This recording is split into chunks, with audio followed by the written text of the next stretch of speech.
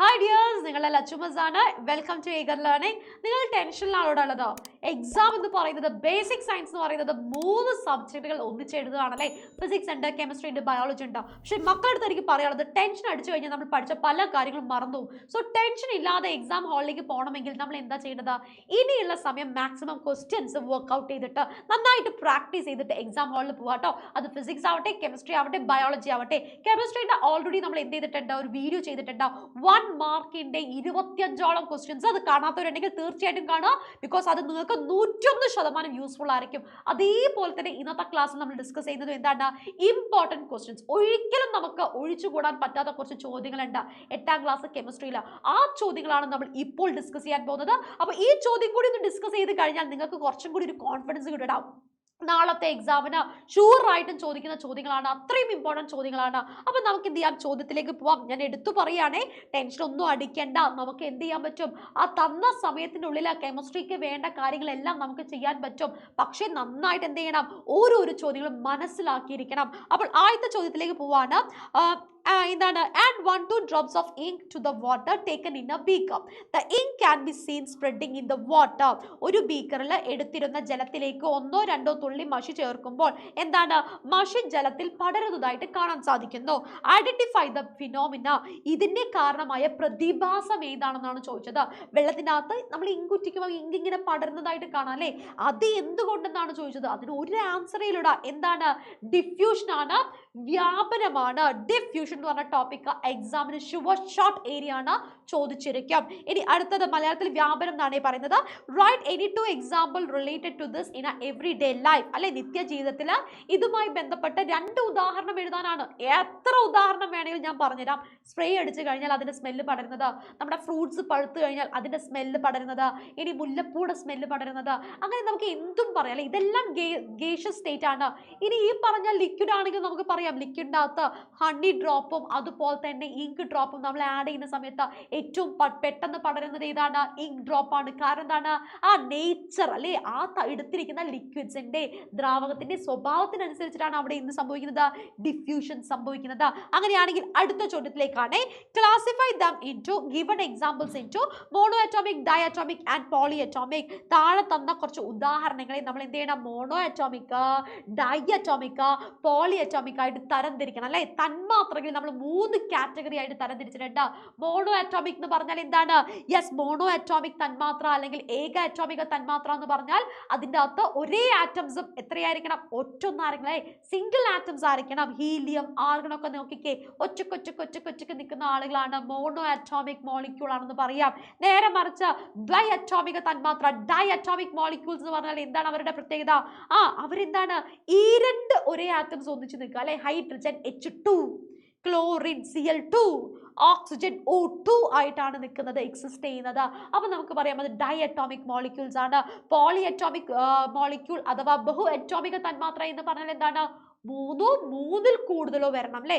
ഇവിടെ നോക്കിക്കേ, phosphorus P4, sulphur S8. അതുപോലെ തന്നെ നമുക്ക് പറയാനുള്ള ഒരു എക്സാമ്പിൾ ആണ് O3, ഓസോൺ. ഓക്സിജൻ എന്ന് പറയുന്നത് O2 ആണ്, ഡൈ അറ്റോമിക് ആണ്. O3 എന്ന് പറയുന്നത് ആരാണ്? ഓസോൺ ആണ്. ഓസോൺ എന്തിന്റെ എക്സാമ്പിൾ ആണ്?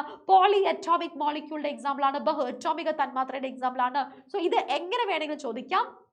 ക്ലാസിഫൈ ചെയ്ത് എഴുതാൻ ചോദിക്കാം, അല്ലെങ്കിൽ കുറച്ച് ഓപ്ഷൻസ് തന്നിട്ട് അതിൽ നിന്ന് കറക്റ്റായി ഇത് സെലക്ട് ചെയ്ത് എഴുതാൻ ചോദിക്കാം. എങ്ങനെ വേണമെങ്കിലും ചോദിക്കാം കേട്ടോ. ഇനി അടുത്ത ചോദ്യത്തിലേക്കാണ്. Separating of mixtures. ഒഴിച്ചുകൂടാൻ പറ്റാത്തൊരു ടോപ്പിക്കാണ്. അതിൽ നിന്ന് ഏതൊക്കെ മിക്സ്ചേഴ്സ് ആണ് ചോദിക്കുന്നത് എന്നുള്ളതാണ് നമ്മൾ ഇവിടെ ഡിസ്കസ് ചെയ്യാൻ പോകുന്നത് കേട്ടോ. ആദ്യത്തെ ചോദ്യം ഏതാണ്? Yes, which method is used to separate components of colour from the mixture. നിറങ്ങളിലെ ഘടക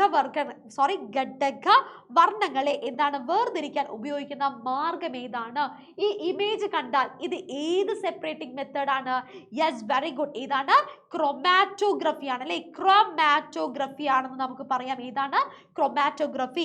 ഇനി ചോദിക്കുന്ന ഒരു ചോദ്യമാണ്, ഇത് മിക്ക മക്കളും ആൻസർ എഴുതില്ല, കാരണം അവർ ടെക്സ്റ്റ് ബുക്കിൽ അത് ശ്രദ്ധിച്ചിട്ടുണ്ടാവില്ല. പക്ഷെ ഏകന്റെ ക്ലാസ് കണ്ട എല്ലാ മക്കളും അതിന്റെ ആൻസർ എഴുതും. കാരണം എന്താണ്?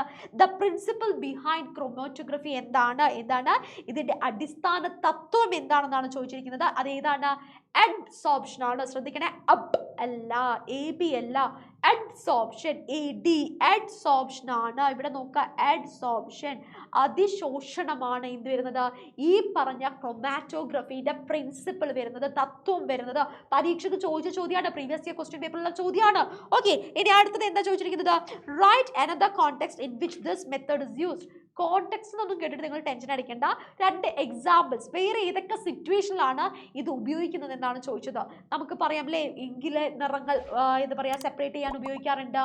അതേപോലെ തന്നെ നമുക്ക് എന്ത് പറയാം, നമ്മുടെ ബ്ലഡിലുള്ള പോയ്സൺ നമുക്ക് തിരിച്ചറിയാൻ വേണ്ടിയിട്ട് നമ്മൾ സെപ്പറേറ്റ് ചെയ്യാൻ ഉപയോഗിക്കാറുണ്ട്. അതുപോലെ തന്നെ ഡൈസിലുള്ള കളേഴ്സ് സെപ്പറേറ്റ് ചെയ്യാൻ വേണ്ടി ഉപയോഗിക്കാറുണ്ട്. ഇതിലേതെങ്കിലും 2 എണ്ണം എഴുതിയാൽ മതിയാണ്, നിങ്ങൾ 2 മാർക്കിന്റെ ചോദ്യമാണ് കേട്ടോ. ഇനി അടുത്തത്, ഇതും ഒരു ഇമേജ് തന്നിട്ടുണ്ടല്ലോ. എന്താ ചോദിച്ചിരിക്കുന്നത്, ഐഡന്റിഫൈ ദ അപ്പാരറ്റസ്. ഈ ഉപകരണത്തിന്റെ പേര് എന്തെന്നാണ് ചോദിച്ചത്. നമ്മുടെ ടെക്സ്റ്റ് ബുക്കിൽ തന്നൊരു ഇമേജ് ആണ്, പണ്ട് കാലത്തെ ഇമേജ് ആണ്, അല്ലെങ്കിൽ പണ്ട് കാലം ഉപയോഗിച്ച ഒരു സാധനമാണ്. ഇപ്പം നമ്മൾ ഇതൊക്കെ ഒരു മെഷീനറീസ് ആയിട്ട് മാറിയിട്ടുണ്ട്. ഒറ്റ സ്വിച്ച് ഇട്ടാൽ സ്പീഡിൽ കറങ്ങുന്ന ഒരു മെഷീൻ ആയിട്ട് മാറിയിട്ടുണ്ട്. യെസ്, എന്താണ് ഇതിന്റെ പേര്, ഇറ്റ് ഈസ് സെൻട്രിഫ്യൂഗേഷൻ അല്ലെ, സെൻട്രിഫ്യൂഗേറ്റിംഗ് മെഷീൻ ആണ് ഈ തന്നിരിക്കുന്നത്. സെൻട്രിഫ്യൂഗേഷൻ എന്ന് പറയുന്ന മെത്തേഡ് ആണ് നമ്മൾ ഇവിടെ ഉപയോഗിക്കുന്നത് അല്ലെ. സെൻട്രിഫ്യൂഗേറ്റിംഗ് എന്താണ് മെഷീനും, അതുപോലെ തന്നെ സെൻട്രിഫ്യൂഗേഷൻ എന്ന് പറയുന്ന മെത്തേഡുമാണ് നമ്മൾ ഇവിടെ യൂസ് ചെയ്യുന്നത്.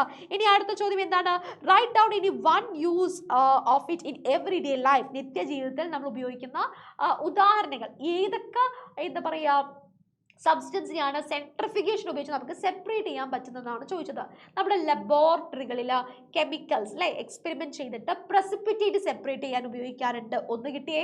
രണ്ടാമത് ലബോറട്ടറികളിൽ നമ്മുടെ ലാബ്സ് ഇല്ലേ, നമ്മൾ ബ്ലഡ് ഒക്കെ ടെസ്റ്റ് ചെയ്യാൻ വേണ്ടി കൊണ്ടുകൊടുക്കുന്ന ലാബ്സ്, അവിടെ എന്ത് ചെയ്യാറുണ്ട്, blood cell, platelets, RBC, WBC ഇതിനൊക്കെ സെപ്പറേറ്റ് ചെയ്യാൻ വേണ്ടിയിട്ടും ഉപയോഗിക്കുന്നത് ഏതാണ്, സെൻട്രിഫ്യൂഗേഷൻ ആണ്. സെൻട്രിഫ്യൂഗേഷൻ മെത്തേഡ് തന്നെയാണ്. അതേപോലെ തന്നെ നമ്മൾ പറയാറുണ്ട്, നമ്മുടെ എന്താ പറയുക തൈരിൽ നിന്ന് വെണ്ണ കടഞ്ഞെടുക്കാൻ, ബട്ടർ കടഞ്ഞെടുക്കാൻ നമ്മൾ എന്താ ഉപയോഗിക്കുന്നത്, സെൻട്രിഫ്യൂഗേഷൻ തന്നെയാണ് ഉപയോഗിക്കുന്നത്. ഇതിൽ ഏതെങ്കിലും 2 എണ്ണം എഴുതിയാൽ മതി കേട്ടോ. അല്ല, ഏതെങ്കിലും ഒന്ന്, 1 യൂസ് എന്നാ ചോദിച്ചത്, ഇതിൽ ഏതെങ്കിലും ഒന്ന് എഴുതി വെക്കാം. ഇനി അടുത്ത ചോദ്യം, write the name of this apparatus. എന്താണ് ഈ തന്നിരിക്കുന്ന അപ്പാരറ്റസ് ഏതാണെന്ന് എഴുതണം. ഈ ഉപകരണത്തിന്റെ പേര് എഴുതാൻ പറഞ്ഞിട്ടുണ്ട്. And also can we adopt this method for the separation of petrol and kerosene. Justify your answer. പെട്രോളും മണ്ണെണ്ണയും കലർന്ന മിശ്രിതത്തെ ഈ രീതിയിൽ വേർതിരിക്കാൻ കഴിയുമെങ്കിൽ അത് വിശദീകരിക്കാനാണ് പറഞ്ഞത്. സോ നമുക്ക് എല്ലാവർക്കും അറിയാം ഈ മെത്തേഡിന്റെ പേര് എന്താണ്, സെപ്പറേറ്റിംഗ് ഫണൽ ആണ് അല്ലെ. എന്താണ്, സെപ്പറേറ്റിംഗ് ഫണൽ ആണ്. ഡെൻസിറ്റിന്റെ ബേസിസിലാണ് നമ്മൾ എന്ത് ചെയ്തത്, നമ്മൾ ഇതിനെ സെപ്പറേറ്റ് ചെയ്തെടുക്കുന്നത്. എന്നാൽ എൻ്റെ മക്കൾ ഒരു കാര്യം ശ്രദ്ധിക്കണേ, നമ്മുടെ ഈ പറഞ്ഞ പെട്രോളും കെറോസിനും നമുക്ക് ഈ സെപ്പറേറ്റിംഗ് ഫണൽ വെച്ചിട്ട് സെപ്പറേറ്റ് ചെയ്യാൻ പറ്റുമോ, ഇല്ല. കാരണം എന്താണ്, സെപ്പറേറ്റിംഗ് ഫണലിൽ നമ്മൾ എടുക്കേണ്ട ദ്രാവകം ലിക്വിഡ്സ് എന്ന് പറയുന്നത് ഇൻവിസിബിൾ ലിക്വിഡ്സ് ആയിരിക്കണം, കൂടി കളരാത്ത ലിക്വിഡ്സ് ആയിരിക്കണം അല്ലേ. ആ സെപ്പറേറ്റ് ഡെൻസിറ്റിയുടെ ബേസിസിൽ സെപ്പറേറ്റ് ആയിട്ട് നിൽക്കണം. ഉദാഹരണം പറയുകയാണെങ്കിൽ വാട്ടർ ആൻഡ് കെറോസിൻ എടുക്കാം, അല്ലെങ്കിൽ വാട്ടർ ആൻഡ് പെട്രോൾ എടുക്കാം. സെപ്പറേറ്റ് ലെയേഴ്സ് ആയിട്ടാണ് നിൽക്കുക ഡെൻസിറ്റിയുടെ ബേസിസിൽ. താഴെ ഡെൻസിറ്റി കൂടിയ വാട്ടറും മുകളിൽ ഡെൻസിറ്റി കുറഞ്ഞ എന്താണ് നിൽക്കുന്നത്, കെറോസിനുമാണ് നിൽക്കുന്നത്. എന്നാൽ പെട്രോളും കെറോസിനും അങ്ങനെയല്ല അല്ലേ. പെട്രോളും കെറോസിനും സെപ്പറേറ്റ് ചെയ്യണമെങ്കിൽ നമ്മൾ ഉപയോഗിക്കേണ്ട മെത്തേഡാണ് ഫ്രാക്ഷണൽ ഡിസ്റ്റിലേഷൻ. അടിവരയിട്ട് പഠിച്ചോളൂ, ഫ്രാക്ഷണൽ ഡിസ്റ്റിലേഷൻ ഉപയോഗിച്ച് മാത്രമേ പെട്രോളും കെറോസിനും നമുക്ക് സെപ്പറേറ്റ് ചെയ്യാൻ സാധിക്കത്തുള്ളൂ കേട്ടോ. ഇനി അടുത്ത ചോദ്യം മാച്ച് ദ ഫോളോയിങ് ആണ്. ഇതുപോലത്തെ ഒരു ചോദ്യം നാളത്തെ എക്സാമിന് നമുക്ക് പ്രതീക്ഷിക്കാം. ഇമ്പോർട്ടൻറ്റ് ക്വസ്റ്റ്യൻ ആണ്. എന്താണ്, എത്തനോൾ ആൻഡ് മെത്തനോൾ നമ്മൾ സെപ്പറേറ്റ് ചെയ്യുന്നത് എങ്ങനെയാണ്. നമുക്കൊരു കാര്യം ചെയ്യാം, നമുക്ക് ഇങ്ങനെ മാർക്ക് ചെയ്ത് പോവാം. എത്തനോൾ ആൻഡ് മെത്തനോൾ നമ്മൾ ഏത് മെത്തേഡ് ഉപയോഗിച്ചിട്ടാണ് സെപ്പറേറ്റ് ചെയ്യുക, ഒന്ന് പറഞ്ഞ് ഏത് മെത്തേഡാണ്. അവരുടെ ബോയിലിംഗ് പോയിന്റ് ഡിഫറൻസ് വളരെ ചെറുതാണ് അല്ലേ, narrow difference in boiling point ആണ്. അപ്പോൾ നമുക്ക് പറയാം they can be used by separated by fractional distillation. Fractional distillation ഉപയോഗിച്ച് നമുക്ക് എന്ത് ചെയ്യാം, സെപ്പറേറ്റ് ചെയ്യാം. എത്തനോൾ സംശയിക്കേണ്ട, മലയാളത്തിലുള്ള സ്ലൈഡ് ഇവിടെ ഉണ്ടടാ, എല്ലാവർക്കുള്ള സ്ലൈഡ് ഉണ്ട് കേട്ടോ. തിളനിളയിൽ എന്താണ് തമ്മിൽ ചെറിയ നേരിയ വ്യത്യാസമേ ഉള്ളൂ. ആംശിക സ്വേദനം ഉപയോഗിച്ചിട്ടാണ് നമ്മൾ എന്ത് ചെയ്യുന്നത്, നമ്മൾ സെപ്പറേറ്റ് ചെയ്യുന്നത്. ഇനി അടുത്തത് ഏതാണ് ചോദിച്ചിരിക്കുന്നത്, അടുത്തത് ബട്ടർ ഫ്രം കേർഡ്. ഇപ്പം നേരത്തെ നമ്മൾ പറഞ്ഞിട്ടേ ഉള്ളൂ അല്ലേ, ബട്ടർ ഫ്രം കേർഡ് എന്താണ് അവരുടെ പ്രത്യേകത, മാസ് ഡിഫറൻസ് ആണ് അല്ലേ. മാസ് ഡിഫറൻസ് ആണ്, സെൻട്രിഫ്യൂഗേഷൻ ആണ് ഉപയോഗിക്കുന്നത്. എടാ ശ്രദ്ധിക്കണേ, ക്രൊമാറ്റോഗ്രഫി എന്ന് എഴുതി വെക്കരുതേ. ക്രൊമാറ്റോഗ്രഫി, ക്രോം കളർ ഇന്ന് ആലോചിക്കുക, ഡൈസും ഇങ്കും ഒക്കെയാണ് നമ്മൾ അവിടെ ഉപയോഗിക്കേണ്ടത്. ഓക്കെ, തൈരിൽ നിന്ന് വെണ്ണ കടഞ്ഞെടുക്കാൻ വേണ്ടി ഭാരവ്യത്യാസത്തിന്റെ അടിസ്ഥാനത്തിൽ നമ്മൾ എന്ത് ചെയ്യുന്നു, സെൻട്രിഫ്യൂഗേഷൻ ആണ് നമ്മൾ ഉപയോഗിക്കുന്നത്. ഇനി അടുത്ത പോയിന്റ് ഏതാ ചോദിച്ചിരിക്കുന്നത്, ഏതാണ്, aluminium powder and iron powder. Iron പൗഡറിന് ഒരു പ്രത്യേകതയുണ്ട്, മാഗ്നറ്റിക് പ്രോപ്പർട്ടി ഉള്ള ആളാണ് അല്ലെ, കാന്തിക സ്വഭാവം ഉണ്ട്. അപ്പൊ നമുക്ക് എന്ത് ചെയ്യാം, കാന്തം ഉപയോഗിച്ച് നമുക്ക് സെപ്പറേറ്റ് ചെയ്തെടുക്കാം, മാഗ്നറ്റിക് സെപ്പറേഷൻ ഉപയോഗിക്കാം. അപ്പൊ അലൂമിനിയവും അതുപോലെ തന്നെ ഇരുമ്പും അടങ്ങിയിരിക്കുന്ന മിശ്രിതത്തിൽ നിന്ന് കാന്തം ഉപയോഗിച്ചിട്ട് നമുക്ക് എന്ത് ചെയ്യാം, കാന്തിക സ്വഭാവമുള്ള അയേണിനെ നമുക്ക് സെപ്പറേറ്റ് ചെയ്തെടുക്കാൻ സാധിക്കുന്നു. ഇതേപോലത്തെ ഒരു ടേബിൾ വന്നു കഴിഞ്ഞാൽ 3 മാർക്കിനും 4 മാർക്കിനുള്ള ചോദ്യം ആയിരിക്കും കേട്ടോ. എന്റെ മക്കൾ സ്കിപ്പ് ചെയ്യരുത്, തീർച്ചയായിട്ടും ആൻസർ ചെയ്യുക. ഒന്ന് വായിച്ചു നോക്കുക, കണ്ണടച്ചിട്ട് ആലോചിക്കുക, ലച്ചു മിസ് പറഞ്ഞിരുന്നു നമ്മുടെ ക്ലാസ്സിൽ, യെസ് ഇതാണ് ഇതിന്റെ ആൻസർ, കറക്റ്റ് ആയിട്ട് എന്ത് ചെയ്യുക, ആൻസർ മാർക്ക് ചെയ്യുക കേട്ടോ. ഇനി നമ്മുടെ അടുത്ത ചോദ്യത്തിലേക്കാണ്. Find out the correct statement from the following. നമുക്ക് 3 സ്റ്റേറ്റ്മെന്റ് തന്നിട്ടുണ്ട്, കറക്റ്റ് ആയിട്ടുള്ള സ്റ്റേറ്റ്മെന്റിനെ കണ്ടുപിടിക്കാനാണ് പറഞ്ഞത്. Oxygen is a mono atomic molecule. Oxygen തന്മാത്ര എന്ന് പറയുന്നത് ഏക അറ്റോമിക തന്മാത്രയാണ്. അയ്യേ, ആര് പറഞ്ഞു, നമ്മൾ നേരത്തെ കണ്ടല്ലോ, O2 എന്ന് പറയുന്നത് ദ്വൈ അറ്റോമിക തന്മാത്രയാണ്, O2 ഡൈ അറ്റോമിക് മോളിക്യൂൾ ആണ് അല്ലേ. അടുത്ത ചോദ്യം, water splits into hydrogen and oxygen by passing electricity. വൈദ്യുതി കടത്തിവിട്ടാൽ ജലം എന്തായിട്ട് മാറുന്നു, ഹൈഡ്രജനും ഓക്സിജനുമായിട്ട് മാറുന്നു. അത് കറക്റ്റ് ആണ്. H2 നമ്മൾ ഇലക്ട്രിസിറ്റി കടത്തി വിടുമ്പോൾ ഹൈഡ്രജനും ഓക്സിജനും നമുക്ക് സെപ്പറേറ്റ് ചെയ്യാൻ പറ്റും. ഇനി അടുത്ത ഓപ്ഷൻ നോക്കിക്കേ, the element chromium got it's symbol from the name of the planet. അയ്യോ, ഗ്രഹത്തിന്റെ പേരിന്റെ അടിസ്ഥാനത്തിലാണ് ക്രോമിയത്തിന് പേര് കിട്ടിയതാണോ? ക്രോം നമ്മൾ നേരത്തെ പറഞ്ഞിട്ടുള്ളൂ, എന്താണ്, കളർ റിലേറ്റഡ് ആണ്. സോ ഇവിടെ കറക്റ്റ് ആൻസർ വന്നത് ഏതാണ്, ഓപ്ഷൻ ബി ആണ് കേട്ടോ. ഇനി ലാസ്റ്റ് ആൻഡ് ഫൈനൽ ക്വസ്റ്റ്യനിലേക്കാണ്. മക്കൾക്ക് എല്ലാവർക്കും ഒരു ടാസ്ക് ആയിട്ടുള്ള ഒരു ചോദ്യമാണ്, എന്നാൽ ഈസി ആയിട്ട് കണ്ടുപിടിക്കുന്നത് എങ്ങനെയാണെന്ന് പറഞ്ഞുതരാം. Okay, find the number of molecules in A and B. എയിലും ബിയിലും തന്മാത്രകളുടെ എണ്ണം കണ്ടുപിടിക്കാൻ പറഞ്ഞു അല്ലേ. തന്മാത്രകളുടെ എണ്ണം, മോളിക്യൂൾസിന്റെ എണ്ണം എന്ന് പറയുന്നത് തന്നിരിക്കുന്ന എക്സാമ്പിളിന്റെ ഫ്രണ്ടിൽ എഴുതിയ നമ്പർ ആയിരിക്കും, 7NH3. അപ്പൊ നമുക്ക് പറയാം എന്റെ അകത്ത് എന്താണ്, മോളിക്യൂളിന്റെ എണ്ണം 7 ആണ്. ബിന്റെ അകത്ത് എത്രയാണ് വരുന്നത്, 5 ആണ് വരുന്നത്. ഇനി അടുത്ത ചോദ്യം, find the total number of atoms in 7NH3. നമ്മൾ എങ്ങനെയാ കണ്ടുപിടിക്കുക, ആറ്റംസ് ആണ് ചോദിച്ചത്. ആറ്റംസ് കണ്ടുപിടിക്കുമ്പോൾ 7 ഗുണിക്കണം, ഒരു നൈട്രജൻ ഉണ്ട്, 3 ഹൈഡ്രജൻ ഉണ്ട്. അപ്പൊ നമുക്ക് എന്ത് കിട്ടി, 7 ഗുണിക്കണം 4, 7 4s are എത്രയാണ്, 7 4s are 28. മൊത്തം നമുക്ക് എത്ര പാർട്ടിക്കിൾസ് കിട്ടി, 28 തന്മാത്രകൾ കിട്ടി അല്ലെ. തന്മാത്രകളല്ല, 28 ആറ്റങ്ങൾ കിട്ടി, 28 ആറ്റംസ് കിട്ടി. ഇനി അടുത്തത്, total number of oxygen atom in 5H2O. Total number of oxygen ആറ്റങ്ങൾ കണ്ടുപിടിക്കാൻ പറഞ്ഞാൽ നമ്മൾ എങ്ങനെയാ കണ്ടുപിടിക്കുക, 5H2 ആണ്. അപ്പൊ ഇവിടെ നോക്കുക, ഇവിടെ 5 എന്തുണ്ട്, ഓക്സിജൻ ആറ്റം ഉണ്ട്. അപ്പൊ നമുക്ക് എന്ത് പറയാം, 5 ഓക്സിജൻ ആറ്റം ഉണ്ടെന്ന് പറയാം അല്ലെ. അങ്ങനെയാണെങ്കിൽ ഇവിടെ എത്ര ഹൈഡ്രജൻ ആറ്റം ഉണ്ടോ, 5 ഗുണിക്കണം 2 അല്ലെ. അവിടെ H2 ആയതുകൊണ്ട് 5 into 2 നമുക്ക് എത്ര കിട്ടി, 5 into 2 എന്ന് പറഞ്ഞാൽ 10 ഹൈഡ്രജൻ ആറ്റം ആണ്, ഹൈഡ്രജൻ ആറ്റം ആണ്.